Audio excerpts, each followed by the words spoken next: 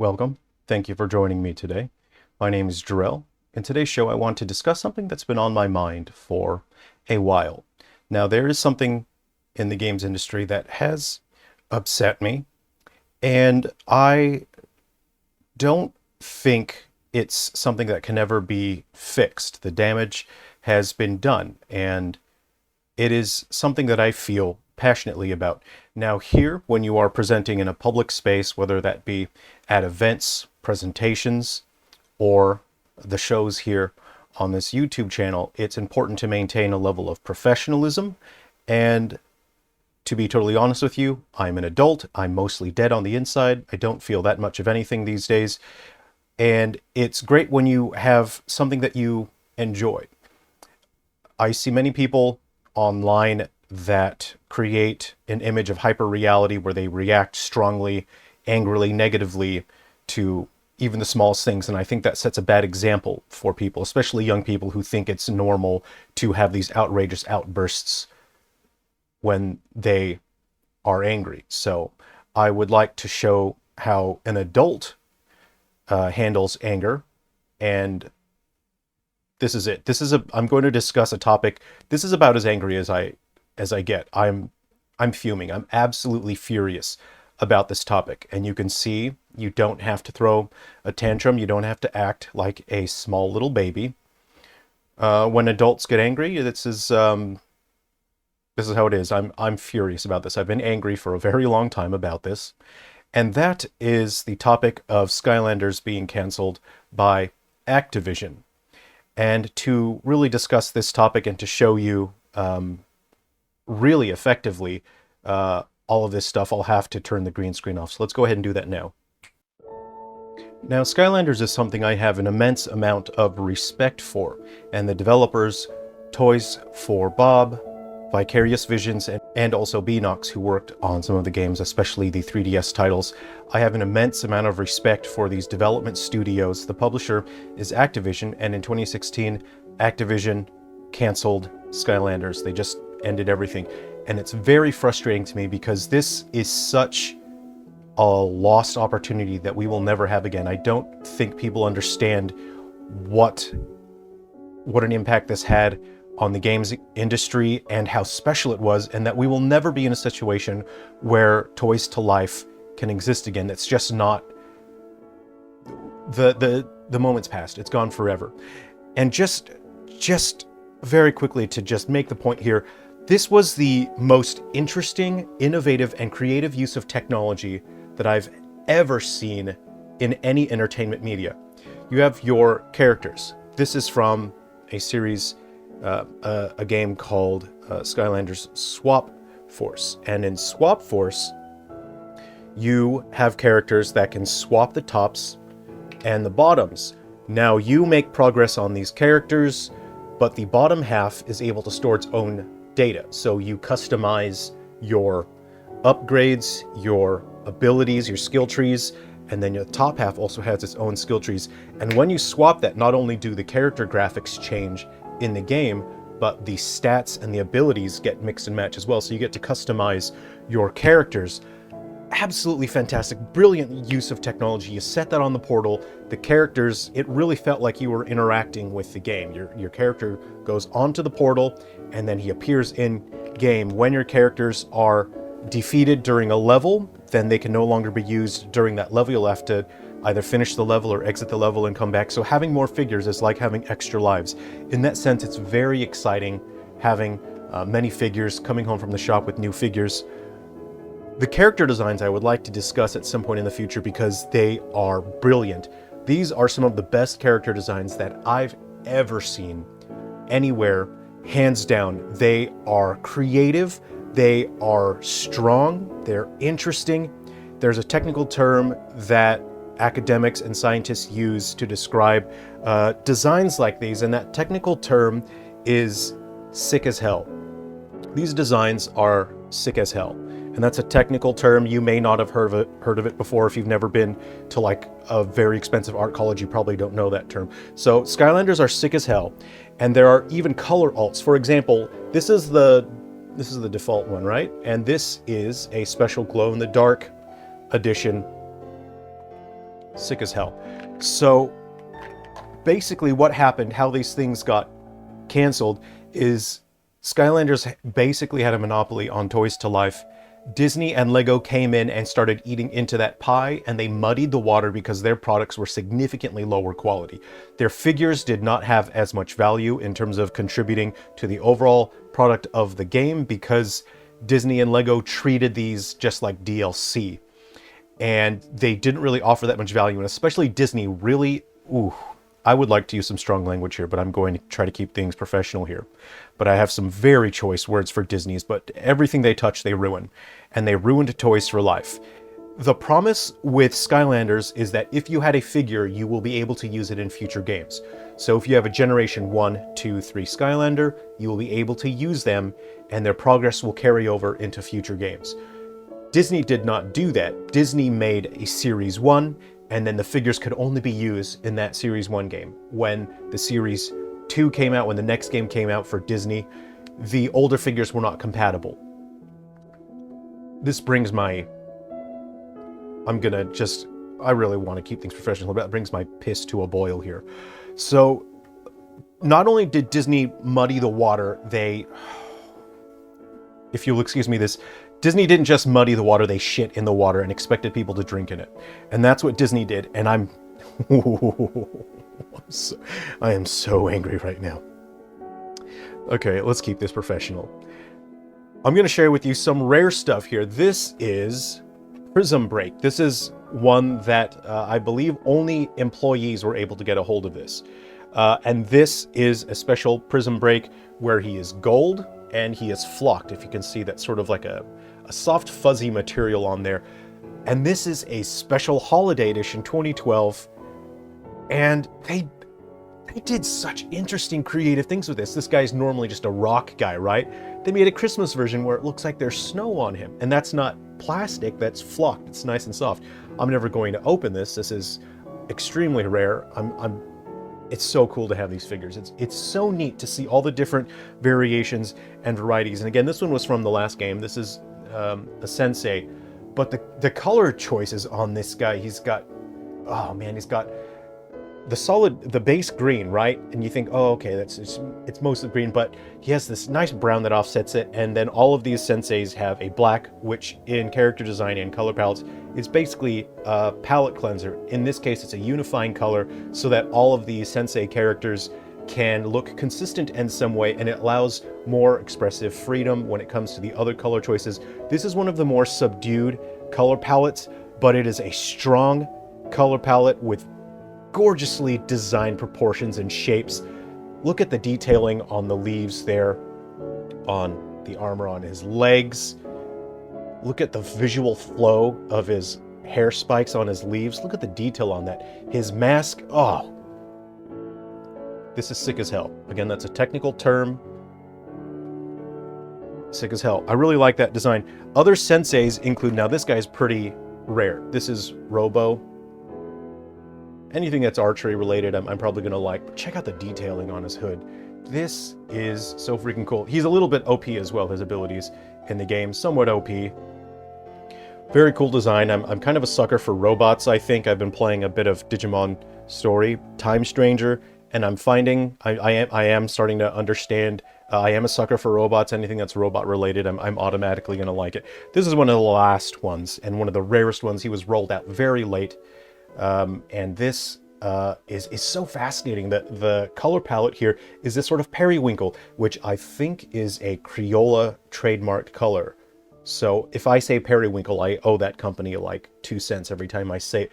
But then he has this really interesting sort of aquamarine, which is another color that I think is also trademarked by Crayola. So my bill's adding up here every time I say this color. So he's got but it's sort of a shimmery aquamarine. The armor on his gloves and his gauntlets are the same material and color as his leg armor. So fantastic. Check out his wing sword, right? Really fantastic. This is a cool design and absurdly rare because they rolled this out very late. I think this is probably the last figure to be sold ever for Skylanders because they canceled Valentine's Day Heartbreak, which is cursed. He looks like a demon with glowing red eyes.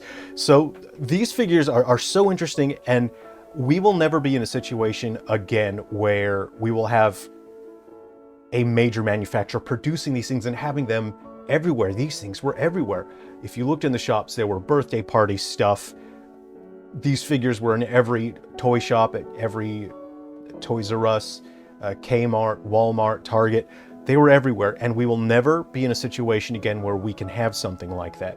Here's Candy Rock Pinata, which is a rare variant. Sometimes when you go to the shops, you'll find a rare version where in this series they were transparent and had special colors. Here's the default Pinata. Now I'm going to share something very personal with you. This is my spirit animal. I generally don't actually talk that much about my personal life and myself personally. This is my spirit animal. Look at him. Look at his face. Look at his eyes. His abilities include vomiting candy and then using the lollipop to hit the candy, and then that generates an explosion which thus damages enemies. That is my spirit animal. My spirit animal is Pinata. So this is and I love his redemption story. He spent the first 5 games in the series as a villain, as an antagonist. He was reformed during Trap Team, where they gave him a chance to become a real Skylander, and he reformed, and he's no longer a villain. He is a full-fledged real Skylander, and now he also has this very, very rare chase variant. This is my spirit animal, Pinata. That's who I am inside spiritually. Here's a very rare one as well. This is the character's name is Ember, and then this version is December. That's play on words. Extremely creative. She's not normally clear and green. She's normally black and red. And this is another, I think this is another employee exclusive. Yeah, another extremely rare Skylander. Skylanders, I have an immense amount of respect for, because the developers created something that was not only creative and brilliant, but it was something that parents could play and enjoy with their children. You can put the game on hard mode, and then it's for adults, and that game will wreck you. It'll mess you up, man. It is very fun playing Skylanders. You can put it on easy mode, and your kids, if they're young, can enjoy it. This one actually infuriates me, though. This one was very expensive because it was Amazon exclusive. The Christmas version of this guy, the Christmas alt, is red and white, and that was everywhere. Very easy to get. This one you can only get through Amazon, which is a little infuriating. And I really like this guy. He's got a little puppet. The voice acting on this guy is hilarious. He uses Chompies to fight. He's a summoner type character, and he summons Chompies to fight. So this series had such brilliant use of technology. There were games on mobile devices, your Android and your iPad. You can use your figures and use the portal that synced up to your iPad. You could make progress on your figures. You can play the iPad games, which are unique and exclusive. And then you can still take that figure. You can play that on your Wii, PlayStation 3, PlayStation 4, Xbox, Wii U. You can play all the other games. There were also unique games for the 3DS. That's right, you had console versions, and the 3DS versions were wholly unique. They were brand new games. They had their own portal, and that synced up with the infrared sensor on the 3DS, and you can use your figures. You can make progress on the 3DS games. Then you can move your figures across and play them on the console games. We will never have anything like that again. The progress was stored on the figures themselves, and it's such a shame, and I'm furious with the people that caused Skylanders to be canceled. And that would be Disney, LEGO Dimensions, and Activision. And I want to stay positive, and I don't want to propagate negativity and hatred and anger and hatred. It's important to manage your feelings and your emotions, but when it comes to Activision, I feel compelled to inflict some degree of bodily harm upon the people in Activision who decided Skylanders should be canceled. And violence is never the answer, but I am also human. And if I ever meet the person that caused Skylanders to get canceled, I would like to inflict some degree of bodily harm upon them. Because this is sick as hell, and we're never going to have it again. It's gone forever. Let me go ahead and show you something very rare as well. These are actually factory prototypes. You don't buy these from the shops. These are unfinished models that came from the factories, and I'm going to have to adjust my webcam here because the lighting is a bit too bright. Now take a look. This is the factory prototype, and these were produced during the manufacturing process to see the proportions, to see how things worked and fit. And if you compare these to the finished version, of course this one's the finished one, you're going to find that there are actually some differences in terms of proportions and posing. So it's fascinating, so fascinating to see these from the artistic side of things. I really enjoy seeing this, especially because I do enjoy Skylanders from an artistic standpoint, from a creative standpoint. And it's fascinating to see that posing is a little bit different. And in some of them, the proportions, like the characters are actually a little bit smaller in the prototype versions. Here's the Ember one. And these came, I'm not going to say how I got these, but they came out of the factories. And the factories, they were in China. This one is noticeably smaller. I don't have the finished one with me. But this one is actually quite noticeably smaller if you put it next to the finished cast. And here is Barbella, the last one. Take a look at that. So it's neat. These don't have chips in them. They don't have the NFC chips.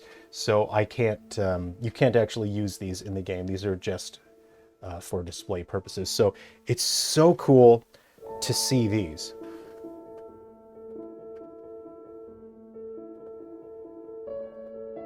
One of the things that really impresses me is just the different ways that they use the technology. I don't have a portal here with me, but there are a number of figures that are referred to as light core, and when you put them on the portal, they actually pick up electricity from the portal and they illuminate. You have a bright green light here and these really stark blue eyes, and it looks so cool to see these figures light up when you put them on the portal. You formed a physical connection with the game. It's so fascinating. It was very interesting. One of my favorite games in the series is Trap Team. You trap villains in these cool crystals, which I don't have with me here. My station is a bit full at the moment. But you use these crystals, you trap the villains in there, but there was a speaker in the portal, and when you put the villain in the trap, they talk to you, and it feels like you are in like a buddy cop procedural, you know, where you have, you know, two mismatched cops and they have to work together, and it feels like you're the serious one, and then the one in the trap is like some wisecracking, you know, smart aleck, you know, he's saying, hey, you know, you kind of did a bad job there beating that bad guy, why don't you let me have a turn? And then you can swap and play as the villain that you've captured in the trap, and then you hear their voice clip. You hear it from the portal, but you hear their voice as they go, oh no, or it's my turn, but then you hear the voice transition from the portal to the TV, so it feels like they're actually moving from the portal to the TV and then back and forth because of the way they use sound. It was brilliant. I don't think people give enough credit to how innovative, how genius this was. It was so far ahead of its time, and we're never going to have Skylanders again. They're gone. And I'm angry. I'm so furious about it, not from the perspective of, ooh, I'm a gamer, give me more, I want more, because I'm an adult. I've already learned how to accept life and loss. Nothing lasts forever, and everything you own will be taken away from you one day. You have to learn to accept that. So we've only really only had about 6 years or so of Skylanders, and I can accept that. That's fine.